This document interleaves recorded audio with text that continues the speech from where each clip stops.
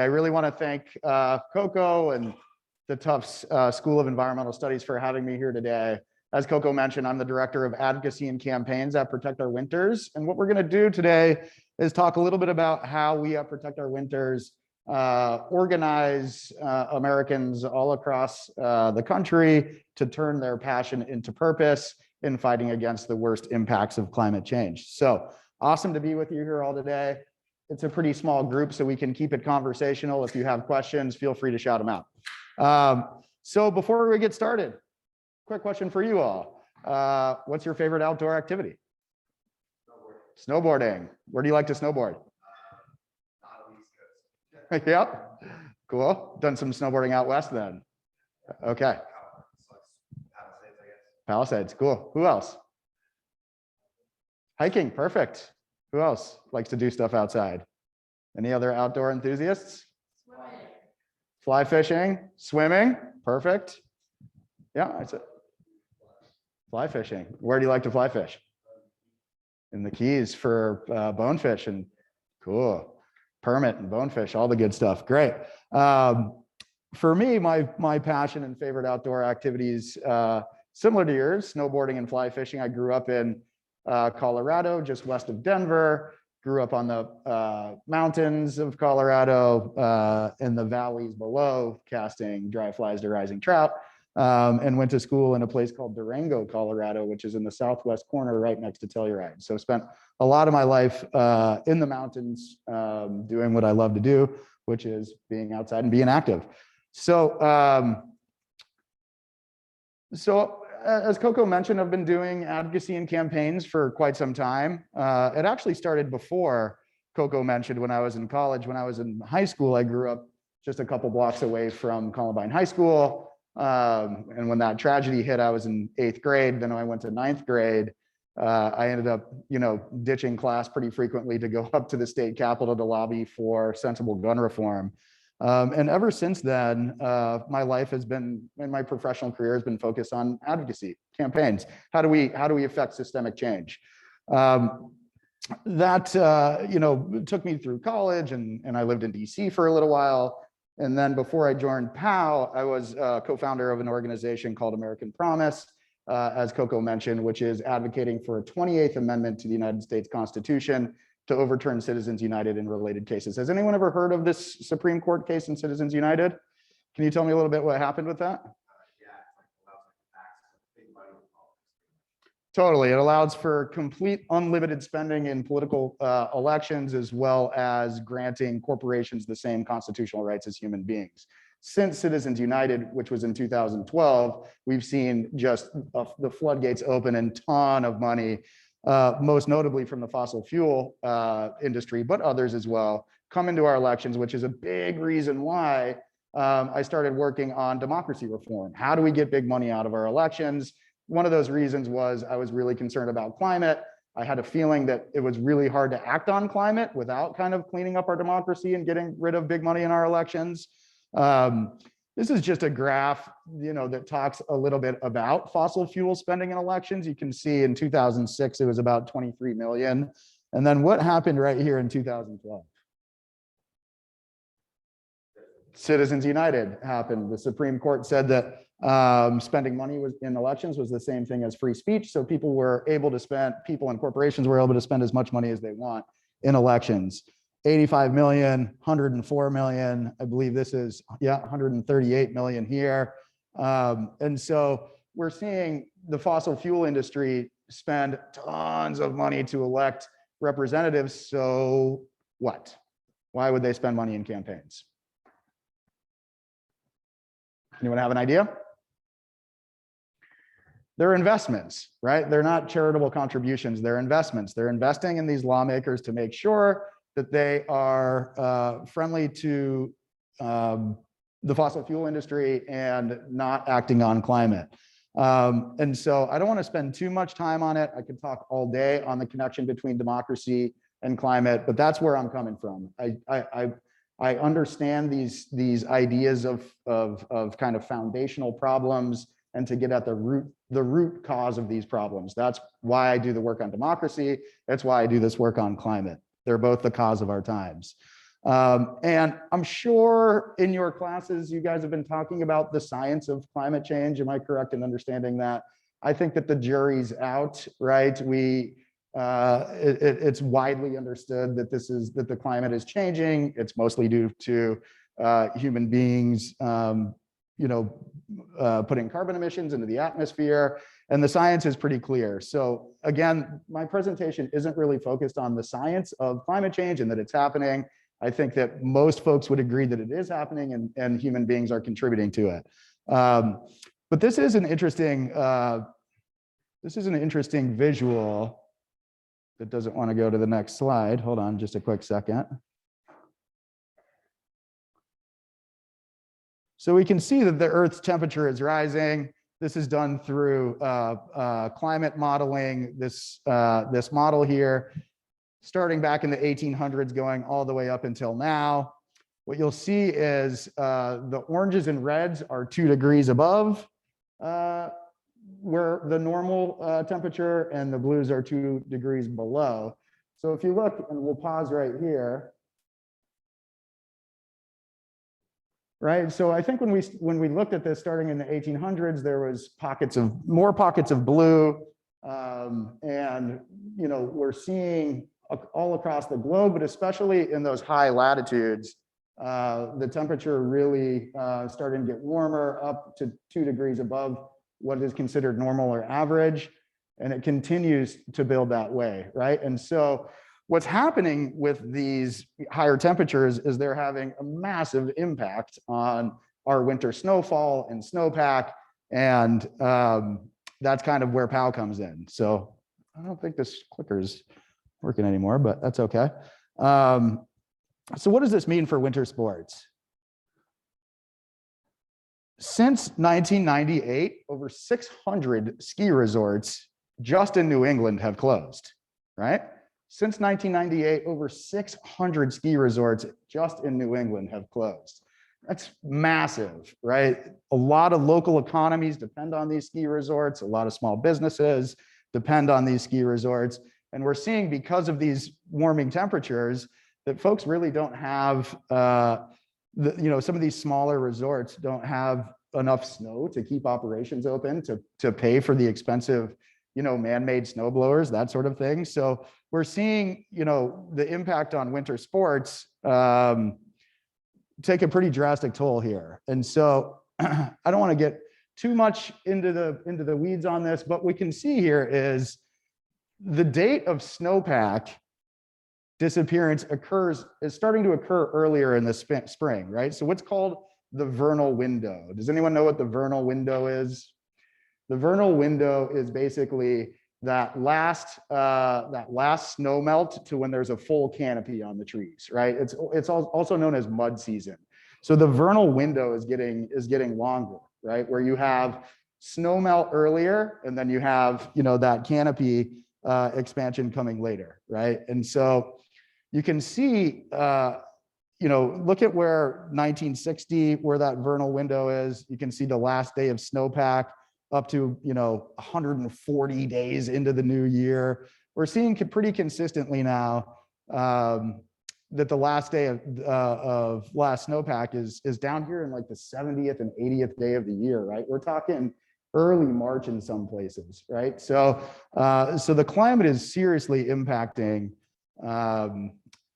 our winters. And so again, just another chart to show you an overall lengthening of the vernal window. That's the mud season. This is all due to our warming climate. And we have a lot to cover, so I'm going to be cruising right through here. But if you do have questions, feel free to just stop me and let me know. Fewer days with snow cover, earlier spring melt, less snow, more rain. Was anyone in the mountains in New England last Christmas by any chance? I was up in New Hampshire near North Conway last Christmas, and what was supposed to be a huge snowstorm was actually a huge rainstorm. And what it did is it melted all the snow that had already fallen before. It rained about 3 inches on Christmas, and it melted all that snow. Rivers flooded. It was a huge disaster for the mountains. It wiped out all the snowpack that the ski resorts already had. And normally, around Christmas time, you would see pretty big snowfall in the high altitude zones like that. It was all rain last Christmas. We're seeing this as a trend more and more. So this is a model using climate modeling. This is a look at Aspen snowmass. Has anyone ever skied at Aspen before? Awesome, pretty cool place. So basically, this is like where the snow line's at today, right around 6,000 feet or so. You can't really see the snow line, but it's down around the base. This is a topographical map, but the snow line's probably circled all around the base, right at about 6,000 feet. It's hard to make out the numbers, but that's like around here, right? Moving forward, again, using climate modeling, this research study from Lazar and Williams in 2008 saw that by 2100, if we act now, the snow line will be at about 9,100 feet, right? So we'll lose about 3,000 feet of where that snow line actually should be. If we don't act, the snow line in 2100 will be at about 10,000 feet, meaning that that's almost towards the summit of these peaks, right? And what happens when the snow line's only at the summit of these peaks? There's no snow on the rest of the mountain, right? So even, one of the greatest ski resorts of, in the country, in the world, is really thinking about how climate change is impacting their business, right? And the local economy in Aspen. Because if you look at where these snow lines are at these high elevations at 10,000 feet, that's leaving no snow for the rest of the mountain. Same thing in Park City in Utah, but it's a little bit more drastic. So right now, today's snow line's right around 6,000 feet. 2030, regardless of action, this is already the trajectory that we're on in terms of warming. We can see snow line somewhere around 7,380 feet. So we're losing about 1,000 feet there. 2100, if we act now, we're looking at about 9,000 feet, which is right here. This is just the top of the mountain, just the peak of the mountain.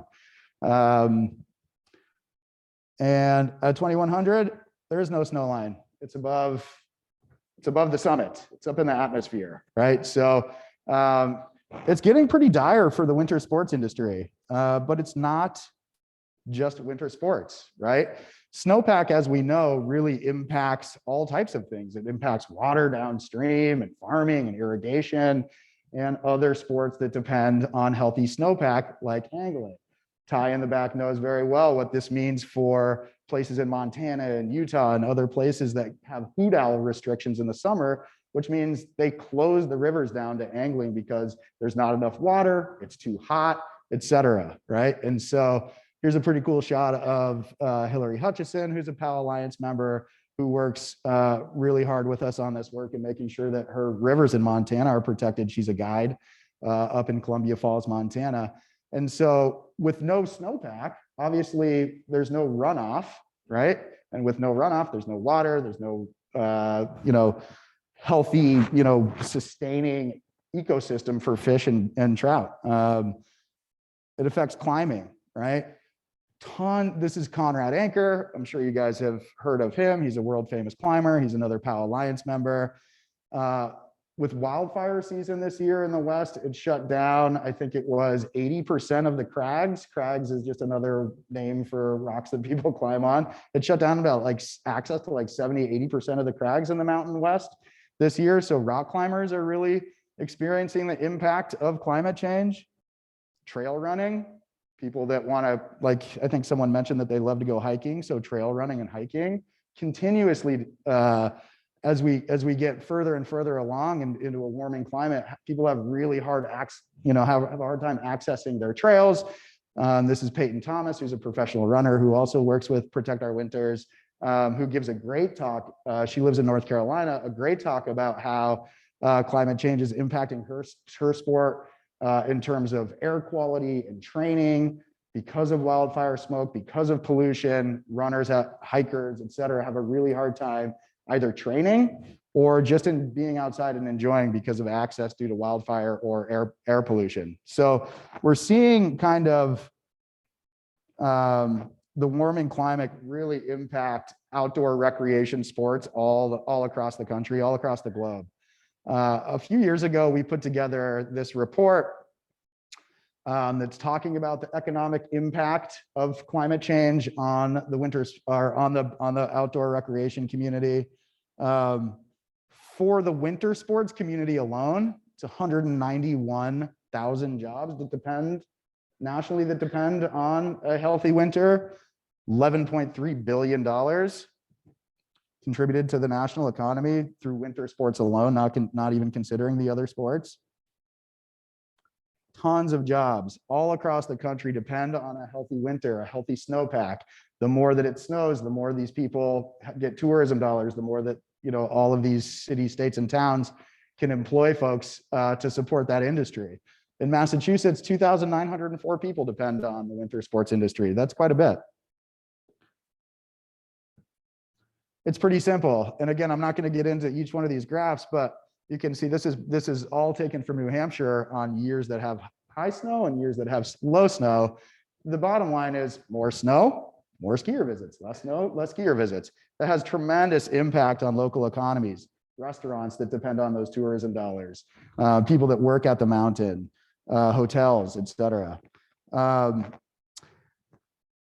So in the 2001 to 2018 average, the top 5 years, this is just in New Hampshire, 692 million contributed to the local economy with about 12,000 jobs. In the bottom 5 years, the local winter economy lost $1 billion and almost 17,400 jobs. That's substantial. These are real impacts of climate change on people's lives. I think that's the point. Nationally, the outdoor recreation economy has 4.3 million people that depend on their jobs on the outdoor recreation economy, and 689 billion in consumer spending. That is right below pharmaceutical spending. This is a massive, massive industry, a huge economic driver for our country that's being impacted by a warming climate in very serious ways. So what do we do about it, right? We want to get out there. We want to protect the places that we play. This is where Protect Our Winters comes in, right? Protect Our Winters has this theory of change that there's basically roughly 50 million or so Americans in the United States of America who say that they're outdoor enthusiasts, right? So what we try to do at Protect Our Winters is we try to help people turn their passion into purpose. If you're passionate about these outdoor places, if you're passionate about swimming or hiking or rafting or skiing or fly fishing or whatever it is, you can use that passion to be a climate advocate, okay? And so I'm gonna play our last year's PSA, public stoke announcement. We'll give you a sense of kind of what we do. The outdoor community knows the importance of margins. Oh, she almost just got swept. The seemingly small efforts made at just the right moments carry enough weight to tip the scale from failure to success. Jessica Diggins going for her first win of the season, and it's Jessie Diggins of the United States. The margins, those places where we are made or defeated, keep us coming back for more. More than 15,000 scientists are sounding an alarm about climate change. They call it a warning to humanity. Environmental and political history are also made at the margins. That is why it matters. 29 electoral college votes. 77,000 votes in key districts swung the 2016 presidential election. 3 Senate votes opened the Arctic National Wildlife Refuge to drilling. To solve the climate crisis, the world needs our community. It's the sum of our small efforts where we turn our passion into purpose and deliver climate victories where they're needed most.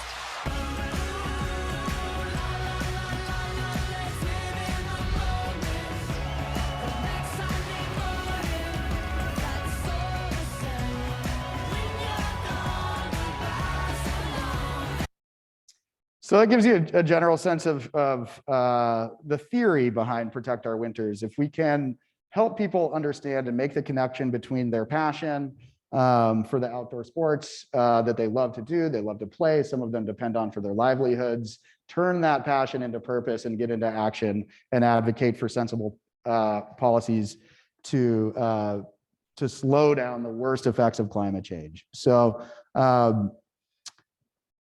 One of the things that we talk a lot about at Protect Our Winters is this idea of imperfect advocacy. Does anyone have any idea what that might mean? Imperfect advocacy. This is this theory that we talk a lot about, in that oftentimes many of the athletes that work with Protect Our Winters, they fly across the globe, right? They have a pretty large carbon footprint, right? They're taking helicopters to get to the highest mountains, or they're driving their SUV to get to the, local crag or whatever, right? And so they have, because of the work that they do and they're professional athletes, they have a relatively large carbon footprint. And so a lot of them take a lot of heat in that, hey, listen, you have this huge carbon footprint. How is it possible for you to be a climate advocate, right? Isn't that hypocrisy, right? And our response to that is we have to embrace imperfect advocacy, right? Burning, carbon is a part of our daily lives as human beings. It's something that we do. The fossil fuel industry has led a multi-million-dollar massive campaign to place the blame of climate change at the feet of consumers, right? We remember in the 90s and the early 2000s, and recycle and ride your bike to work and all of that stuff. Well, all good things. That's not really the systemic stuff that we need to tackle this crisis, right? And so our feeling is, progress over perfection, right? You're not going to be a perfect advocate, right? Not everyone can, be a Greta, right? And sail across the ocean, and be completely carbon free to go speak at a climate conference, right? People have to live their lives, and we have to embrace that. We have to embrace imperfect advocacy, because there is no such thing as a perfect advocate. This guy right here, Graham, is climbing in a suit, actually did a full-length feature video about this idea of imperfect advocacy, and I can send it to Coco to share around as well. I don't think we have time to watch it here. But I think we just really need to be conscious that just because you may drive an SUV, or just because you may eat beef or whatever it is, doesn't mean that you can't be a climate advocate. You have to embrace imperfect advocacy. And at Protect Our Winters, this is basically our theory of change, right? We need cultural change, the shift. That's a little bit of that. It has to do with imperfect advocacy, but the cultural change, changing the norms around the conversation around climate, using trusted messengers like folks from local communities and scientists and athletes, et cetera, to shape that conversation. Mix that with the political will, right? So Protect Our Winters does a lot of work to elect climate champions across the aisle, Republicans, independents, and Democrats alike. And then obviously our advocacy work to influence climate policy, which I'll get into in a little bit, and then support the development of new technology and financial instruments to ultimately reduce greenhouse gas emissions and keep us below that 2%, which the IPCC says we desperately need to do to stave off the worst impacts of climate change. So like I've said before, Protect Our Winters work with athletes and ski resorts and business leaders like Patagonia and North Face and Burton, all these big outdoor brands. We work with creatives and scientists, and of course our members, to put all of that together to shape the conversation, to create the political will to do something about climate change, and to advance some of that new and emerging technology.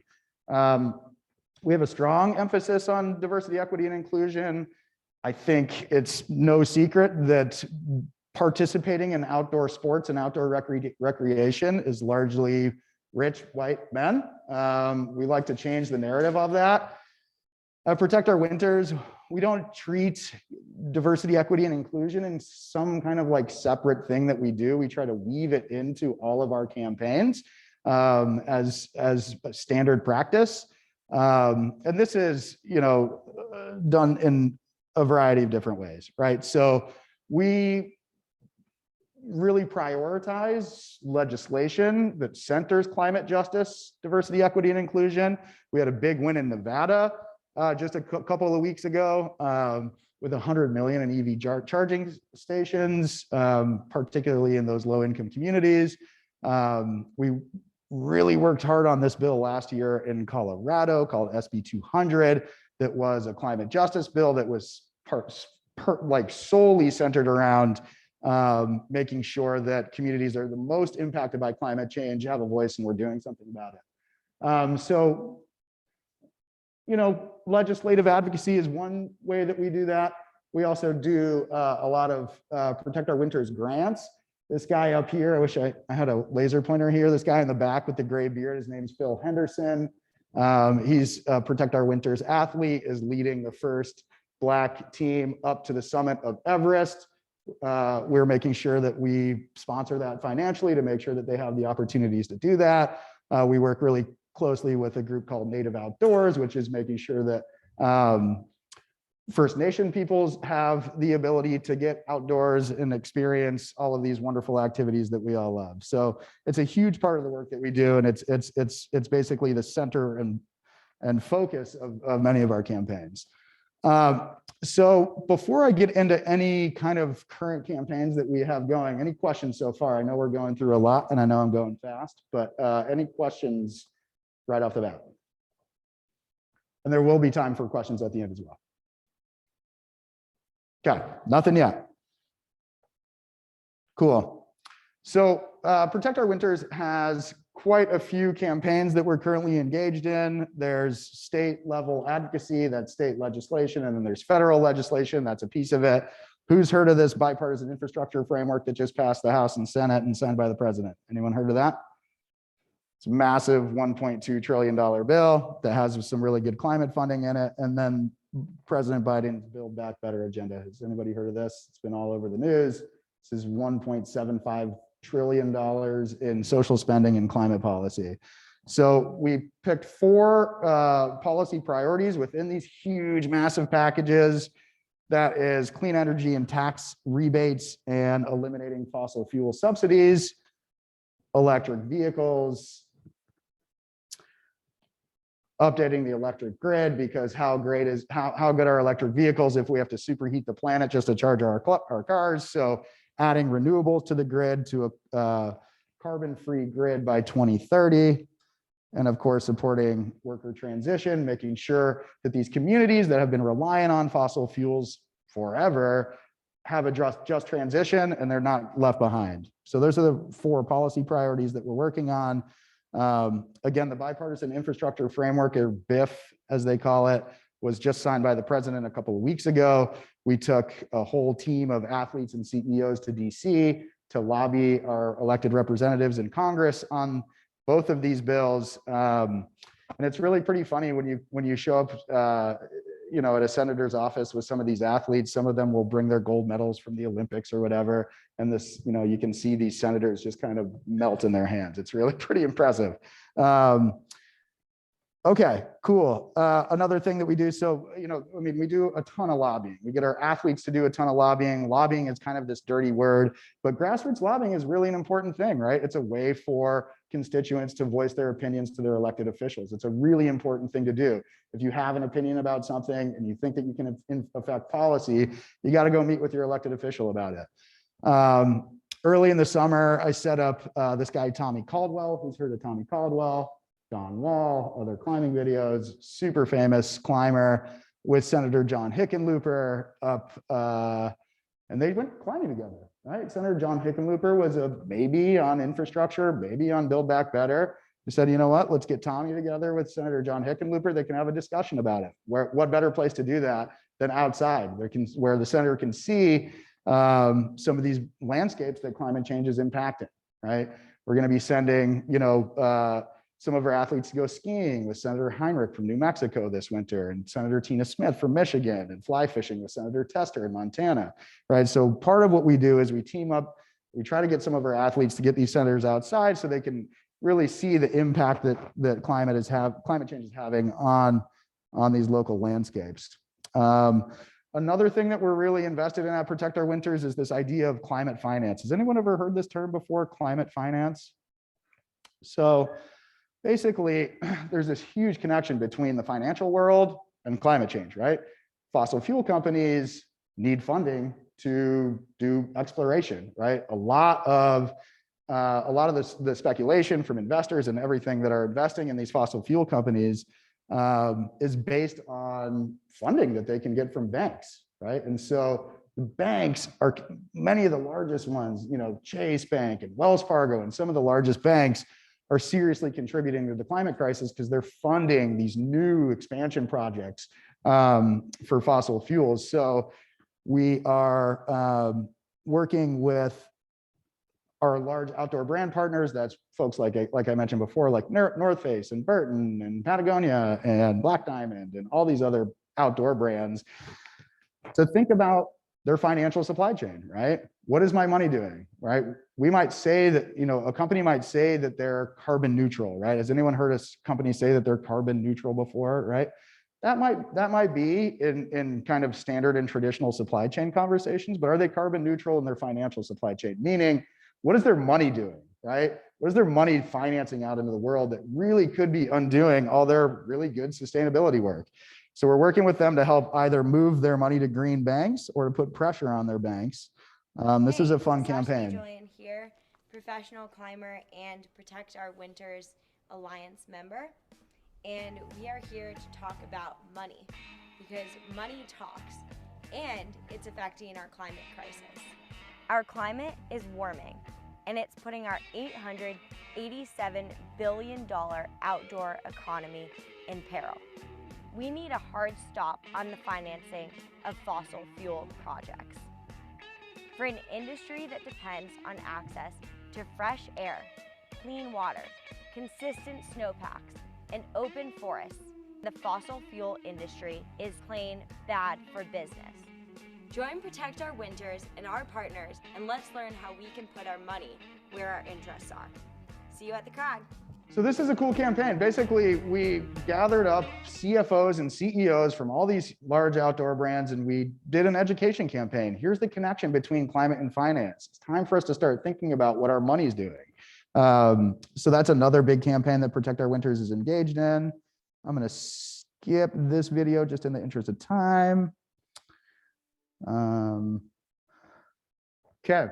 Another priority of Protect Our Winters, public lands, protecting our public lands. Does anyone have a guess on the percentage of our emissions that come from public lands? Just throw out some guesses. What percentage of US emissions come from public lands? 5%? Any other guesses? No other guesses? Okay. Well, let's see.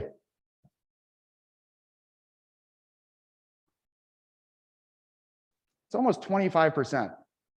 25% of our carbon emissions in the United States of America come from our public lands, right? These are our national parks, our state forests, these places that are supposed to be protected for us to enjoy, right? 25% of that is happening on our public lands.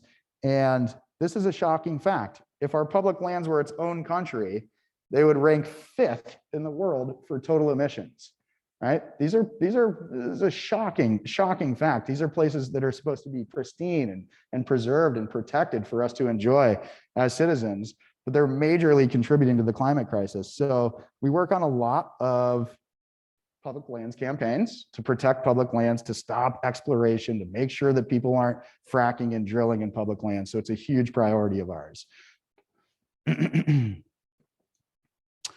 then the last thing is get out the vote. Who's heard of GOTV before? Get out the vote. Has anybody ever worked on a political campaign before?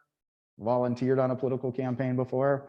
There's a huge effort to actually help voters get to the polls, right? So what Protect Our Winters was, we'll team up with our brands and encourage consumers to register to vote. And when the time comes to get out there and vote, we have this thing called Race to the Polls.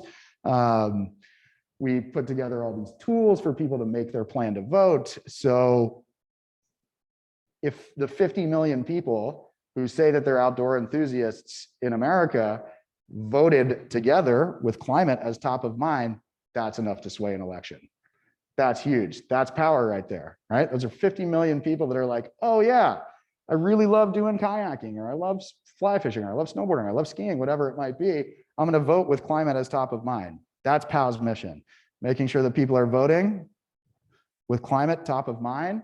And we use all of these cool tools to help them vote and to get the word out. This is a cool video we did with Jimmy Chin. Has anyone ever heard of Jimmy Chin before? Yep, we've heard of Jimmy Chin.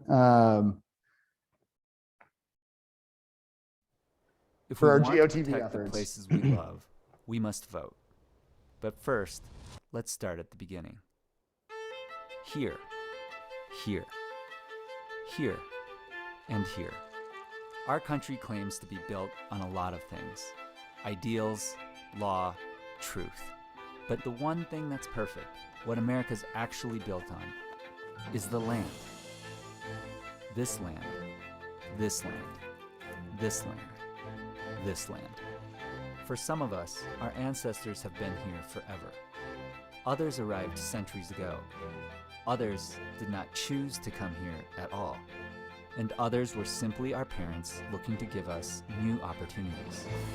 But despite our different paths, we all converged here, on this land, not made for you or for me, but for everyone. You see, the land is our common ground.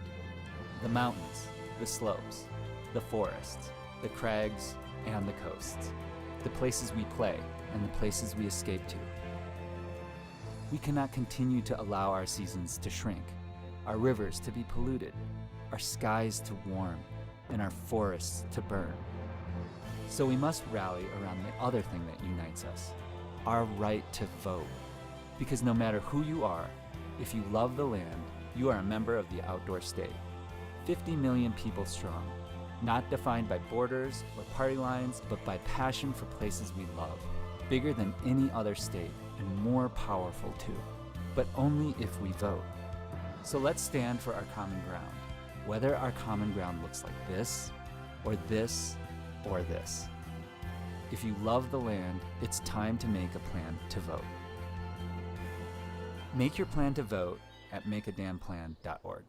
So we'll put out during an election year tons of these types of videos to encourage people to vote, right? We'll create the tools like Make a Damn Plan, right, to help people to register to vote, find their polling places, find rides to the polls, all of those things. Again, as you saw from the public Stoke announcement, POW's all about winning at the margins, right? Everything is won and lost on the margins, right? And if we don't need all 50 million of those outdoor enthusiasts to get engaged, but if a fraction of them do, that's enough to sway an election. That's enough to change the course of human history. That's the whole idea behind Protect Our Winters. So all outdoor people can be climate advocates.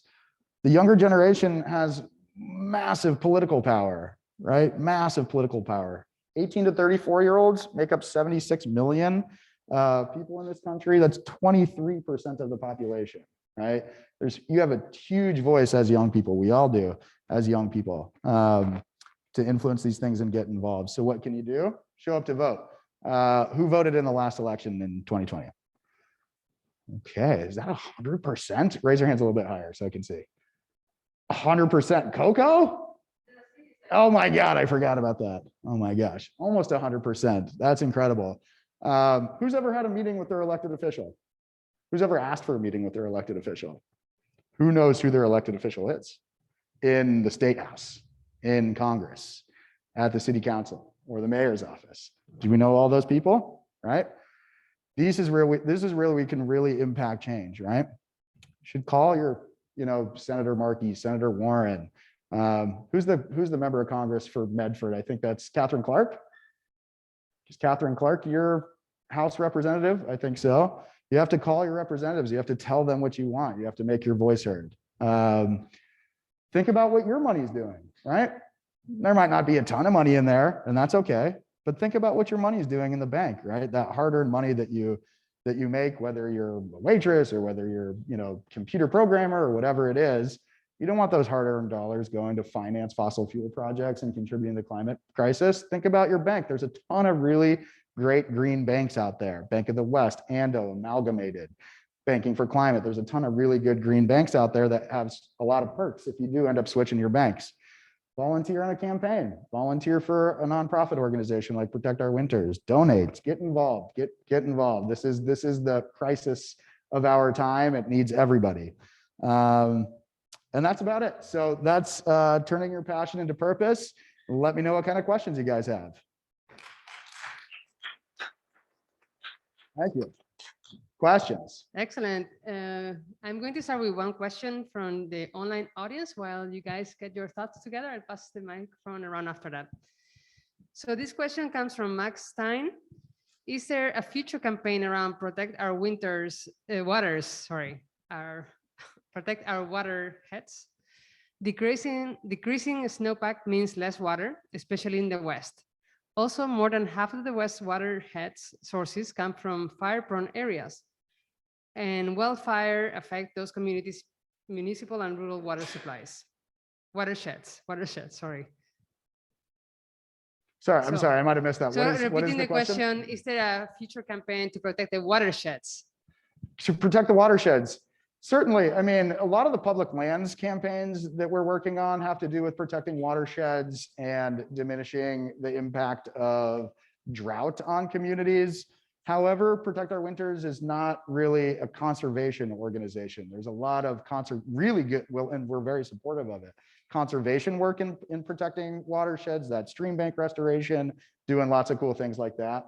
Protect Our Winters is solely focused on climate change mitigation. So all of these campaigns that we're talking about are to protect our watersheds, but purely through a climate mitigation perspective, right? So how can we make sure that we stay beneath that 2 degrees Celsius warming, which the IPCC says we definitely need to do to mitigate the worst impacts of climate change? That's where our laser focus is. And if we are able to do that, then we will be able to protect those watersheds. There will be healthy snowpacks, healthy snowfalls, healthy rivers, healthy farms, etc. Thank you. The next question is from Tina Woolston. Have you included differently able outdoor athletes in your media campaigns? That is a great question, Tina. I don't think so, and I'm glad that you brought it up. To be perfectly honest, I don't think that has, at least since I've been at Protect Our Winters, been a staple part of the campaign. So thanks for the flag, and we'll look to make sure we're including that in our DEI work. Questions in the room? I have a few questions, so I can get going. Oh. Fire away, Coco. So I'm going to ask one, and then I will pass it back to the online audience unless somebody else in the room has questions. So environmental issues, as you know, are frequently tied to partisan politics. So as a non-partisan organization, how do you bridge across the aisle in multiple directions to get everybody behind a common interest? Yeah, that's such an important question. And just a quick clarification point, we're not nonpartisan. Oh, I'm so sorry. We're cross-partisan, right? I think that there's a difference there. Okay. It's not that we have, zero political affiliation, but we support Democrats, we support Republicans, we support independents that are on board with climate change. And so a lot of this is about messaging and how we shape the conversation, right? If you show up to, a stalwart Republican office who's been a climate denier, forever and ever and ever, and you even mention the word climate change, the eyes gloss over, your words go in one ear and out the other. So you have to connect on common ground things, right? Things like air quality, right? You say air quality instead of emissions, right? It's all about messaging, right? You talk about wildfires, right? These elected representatives, they don't want wildfires in the state. They know how devastating they are. We talk about how do we mitigate the impacts of wildfires, right? How do we get better air quality for our residents? How do we make sure that the farmers and the agriculture of the state have enough water, right? And I think it's literally about finding that common ground and then building from there, right? There is a lot of movement on the Republican side of the aisle in terms of understanding and acknowledging that climate change is happening and man-made. There's a new caucus called the Conservative Climate Caucus, which is a new House caucus that I believe has like 87 members, all Republicans. It's specifically designed for Republican solutions to climate change. So there's a huge movement on all sides of the aisle that are kind of reconciling these differences around what are the solutions to this problem. Most folks on any side of the aisle, elected representatives, especially at the state level, but some in Congress too, have a general acknowledgement that climate change is happening and humans are contributing to it. Which is a big change from 5 years ago, even 2 years ago, right? We're seeing this massive shift because a lot of folks don't want to get left behind. Where the differences now are, what are those solutions, right? And so when we can find common ground, then we can talk about solutions, and that's how change happens. Great question, though. So I would like to follow up on that. So about policy, setting policy. So how does POW set policy? How do you decide what you are going to be working on? Yeah, that's a great question. So a lot of that comes from our Science Alliance. So in this presentation, I haven't focused a lot on those folks, but we have this huge alliance component of Protect Our Winters that are scientists. These are mostly academics. These are also scientists that love the outdoors and snowboarding and all these things. That consult with our team and talk to us about legislation, where are the priorities, what is the most impactful at reducing emissions and adding renewables to the grid, right? Here's what we're understanding, here's what we're learning, here's the legislation that's being proposed, and here are the things that we're recommending has the most impact. The vast majority of that is around emissions reductions, right? So what are the policies that can limit carbon in the atmosphere as much as possible? And that's where we ended at, updating the electric grid to renewables, making sure that electric vehicles are affordable for the consumer, right? And so a lot of that is in consultation with our POW Science Alliance that are saying, hey, listen, we're looking at the data, we're looking at what's out there. Here are the things that we think will be the most impactful in reducing emissions. Great, thanks. I'm going to go back to the online audience. The question is, how does this campaign translate to states in the South that often vote, maybe this was related to the previous question, that often vote red and have a smaller outdoor economy due to less or no winters? Yeah, that's a really great question. We actually do have a pretty large community in the South, in North Carolina and Florida and other places. Again, protecting our winters isn't just about protecting snowpack. It's about advocating for climate, right? But we do often, have campaigns, state-based campaigns in the South that are based on like offshore drilling, like in Louisiana and the Gulf of Mexico, et cetera, and preventing offshore drilling. So there's a lot of emissions that come from the South, and therefore there's a lot of focus to reduce those emissions in the South. We have plenty of advocates and audience that advocate for state level bills in those places, and also work with local energy boards, which is not as much of a thing in New England, but in the South and in the West, energy boards are elected positions into where commissioners determine the state's energy policy. That's a big thing in the South. It's a big thing in the West. And so we do the best that we can to put forth sensible energy policy, and our advocates on the ground in the South do that. Thanks. So you also talked about the elephant in the room, the imperfect advocate. So what does POW do to compensate for that? Are they investing any climate-based solutions or some carbon offsets to compensate for POW's own footprint? Are there any plans to become a carbon neutral organization? Including all the whole supply chain. Can you tell us a little bit more about what POW is doing? For sure, that's a great question, and it is. I mean, it can be the elephant in the room, but I think the point is that while we would strive to be carbon neutral, right, as an organization, and that's a good thing, and most organizations should try to do the best that they can to do that. What POW is focused on more is systemic change, right? Systemic change that can really move the needle on climate, right? So we're talking about legislation, political will, massive divestments from fossil fuels, systemic change, right? I'll get back to this point of like carbon offsets.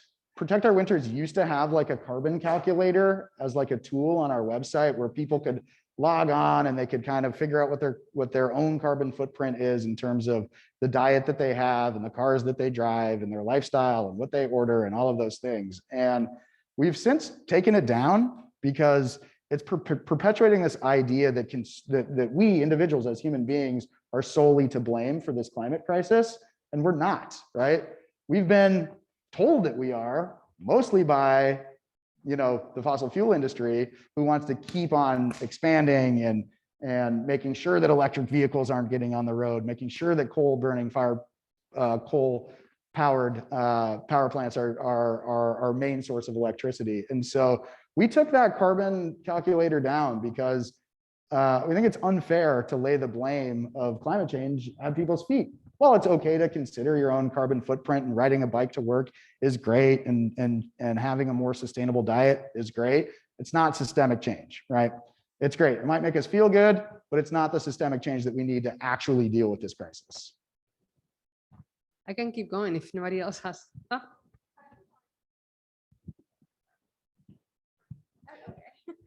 I was just wondering if you could talk about the idea of like the outdoor state, because I heard it mentioned in one of the videos, and like what that means and how that plays into the campaigns. Yeah, thanks. That's such a good question.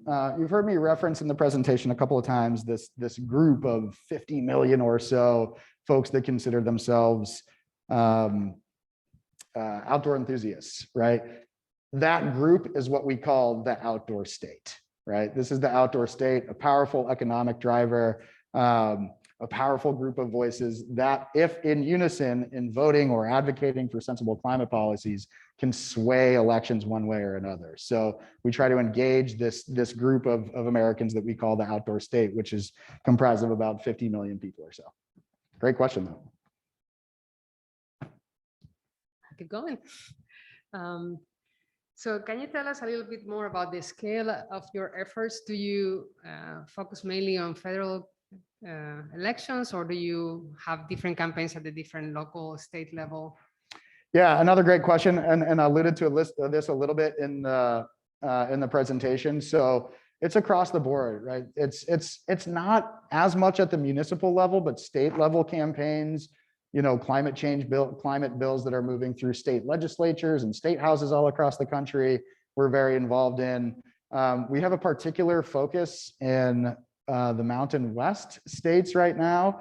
Because we're a relatively small organization, we only have about 20 full-time staff. We only have so much bandwidth and so much that we can do in places. So we have 5 priority states that we're really focusing on for that state-based legislation. That's Montana, Colorado, Utah, Arizona, and Nevada, into where we will be going very deep in those states. We will be having lobby days at those state capitals. We'll be encouraging our audience to connect with their lawmakers in those places.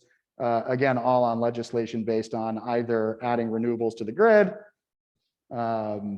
electrifying transportation, worker transition, ending subsidies for fossil fuels. So in addition to that, we do a ton of work at the federal level and in Congress, and then obviously our get out the vote work.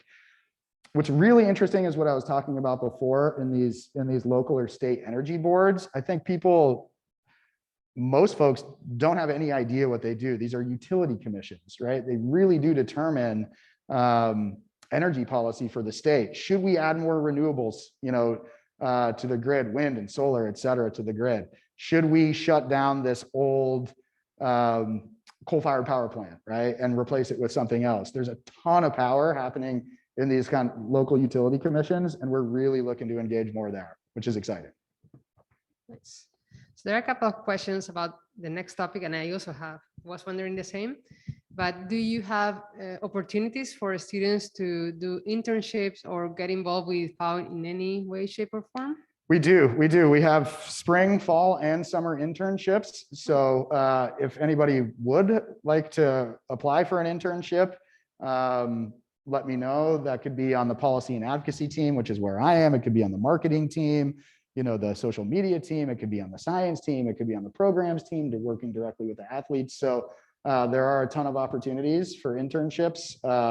Coco, feel free to give my email address out to anybody and email me if you are interested in an internship.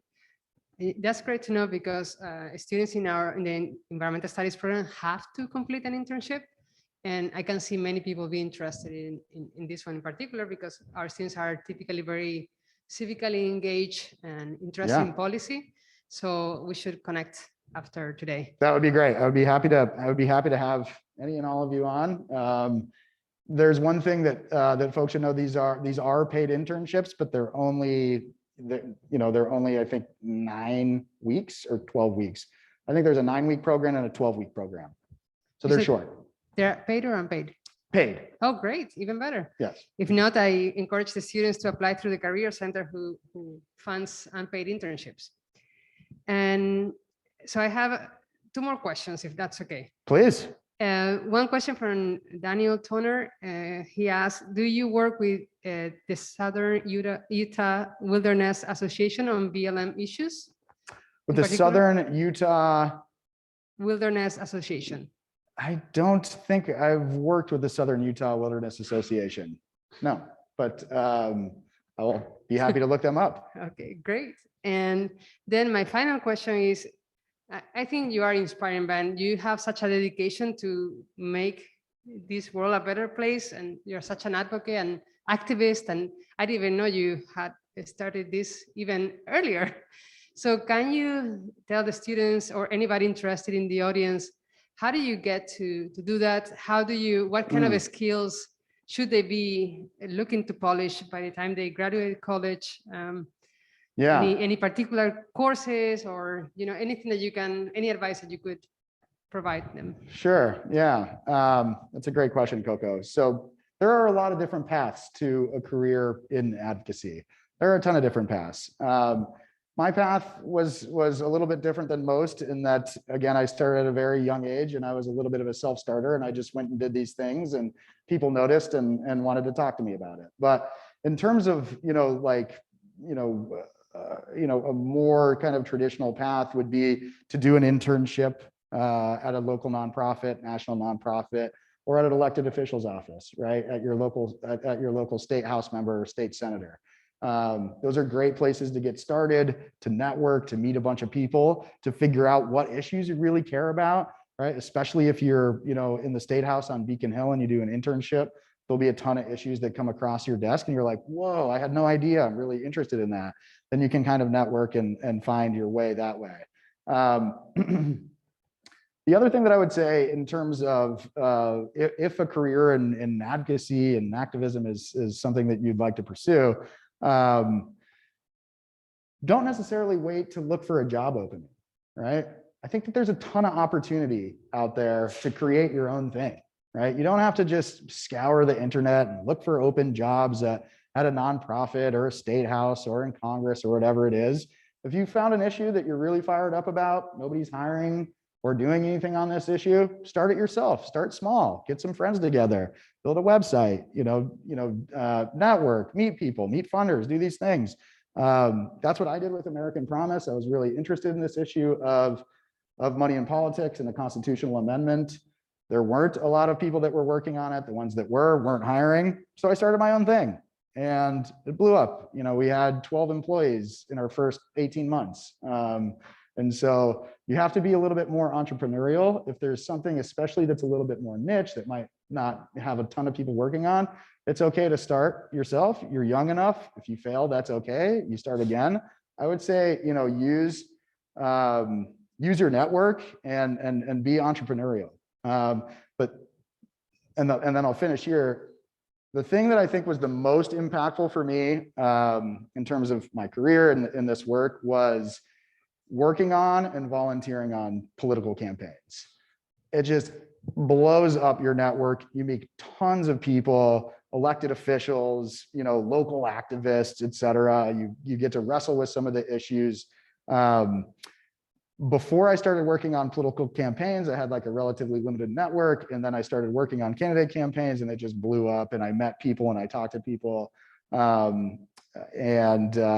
For me, at least, that was the most impactful thing in my career, was actually working on campaigns, volunteer at first, and then actually as staff on campaigns. And if this is something that you're interested in, that's a great place to start, even just volunteering, right? Going out and canvassing and signing up and knocking on doors or hosting a phone bank or whatever that might be. It's a great place to start. Thank you, Ben, so much. Let's give him a big round of applause. Thanks you all for having me. Really appreciate it. And this is the last talk of the semester. So for those of you joining us online or in person, we'll resume on January 20th. See you soon. Happy holidays. Thank you, guys.